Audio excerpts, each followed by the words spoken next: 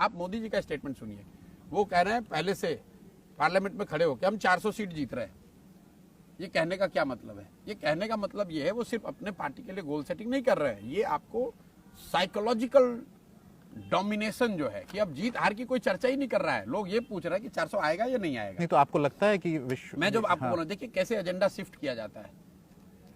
पहले ये हो रही थी बीजेपी जीतेगी नहीं जीतेगी, 272 आएगा नहीं आएगा। उन्होंने जैसे 400 कहा, 370 कहा, तो अब लोग सवाल ही ये पूछ रहे हैं कि 370 आएगा कि नहीं आएगा।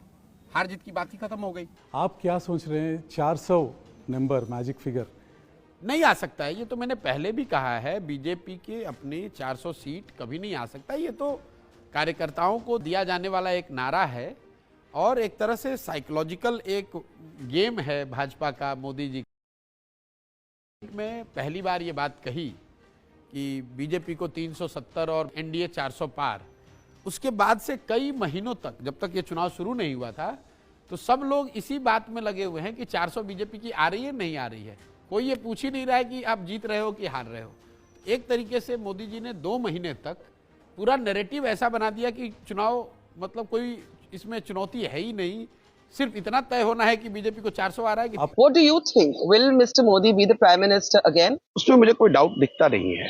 आप जो सबसे कंजर्वेटिव एस्टिमेट्स आ रहे हैं आप उनको सुन लीजिए। योगेंद्र भाई ने एक वीडियो डाला कुछ दिन पहले, मेरे मित्र हैं, और उनके एस्टिमेट को ही मान लीजिए कि योगेंद्र भाई जो कह रहे हैं भैया वही सही है। 80 सीट डाउन, तो भी वो बता रहे हैं कि एनडीए को 268 सीट आएगा, 268। इतना प्रिसाइज तो कोई एस्टिमेट कर नहीं सकता है, लेकिन एक अनुमान उन्होंने बताया कि एनडीए को 268 सीट आ रहा है। तो भाई देश में संवैधानिक प्रोविजन जो है उसमें सरकार बनाने के लिए तो 272 ही चाहिए। अब देखिए ये माइंडसेट का, बेसलाइन का कितना असर होता है। अगर मोदी जी को 268 2014 में आता तो लोगों ने कहा भाई देश में मोदी की आंधी है। आज अगर 268 योगेंद्र यादव जी बता रहे हैं तो वो कह रहे हैं भाई मोदी बिल्कुल खत्म हो गया। ये तो आपने बेसलाइन एडजस्ट कर दिया ना, और ये बेसलाइन आपने नहीं एडजस्ट किया, ये मोदी जी ने चालाकी से आपको एडजस्ट करा दिया। पार्लियामेंट में खड़े होकर ये कह दिया कि इस बार 400 पार। तो लोग एक तरीके से भूल गए कि भाई देश में सरकार बनाने के लिए 272 चाहिए, 400 नहीं चाहिए।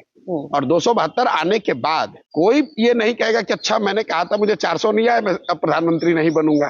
तो ये तो एक तरीके से बीजेपी ने नैरेटिव सेट कर दिया और सारे लोग यही सवाल कर रहे हैं, यही आकलन कर रहे हैं, इसी पर टीका टिप्पणी कर रहे हैं कि बीजेपी के 400 आएंगे कि नहीं आएंगे। एंड आई लाफ एंड से कि भाई आप कह रहे हो कि आप बीजेपी के विरोध में हो, आप तो बीजेपी का ही प्रोपेगेंडा बढ़ा रहे हो। आपको तो ये पूछना चाहिए कि बीजेपी की सरकार आएगी कि नहीं। लेकिन आप पूछ रहे हो अच्छा प्रशांत जी बीजेपी को 370 आ सकता है क्या? भाई सरकार बनाने के लिए 272 सीट चाहिए, और अगर आप मोस्ट कंजर्वेटिव एस्टिमेट के हिसाब से भी एनडीए को, भाजपा को 250-60 भी अगर आ रहा है, एक बार को मान लो, तो भी सरकार तो उन्हीं की बन रही है। और मेरे कोई सीक्रेट कुछ नहीं है, ओपन है जी। कोई ढंग से बराबर स्टडी करे, मीडिया के लोग भी नहीं करते जी, माफ करना। ढंग से स्टडी करे तो कह सकता है ये हुआ है ना। देखिए 3 दिन के बाद मोदी ये कदम उठाएगा, 5 दिन के बाद ये उठाएगा, 7 आप तय कर सकते हैं। लेकिन आपको तैयारी नहीं, क्योंकि आपने एक बनी बनाई परसेप्शन में जीना चाहते हो, उसी को फैलाओ और उसके अनुकूल कुछ एनेक्डोट मिल जाए तो ढूंढते रहते हो। इसके कारण सारे के सारे लोग फेल हो जाते हैं। इस बार भी उनको लगता था कि 400 पर, आखिरकार स्थिति क्या हुई? इन सबको कहना ये पड़ रहा है कि 400 पर नहीं हो सकती। ऑपोजिशन क्या कहता है तो उनको समझ ही नहीं आया कि कहां ले जा रहा हूं मैं। 3 चरण के बाद किसी ने उनको कहा कि आप पूरा कैंपेन ये लड़ रहे हो कि मोदी 400 पार जाएगा कि नहीं।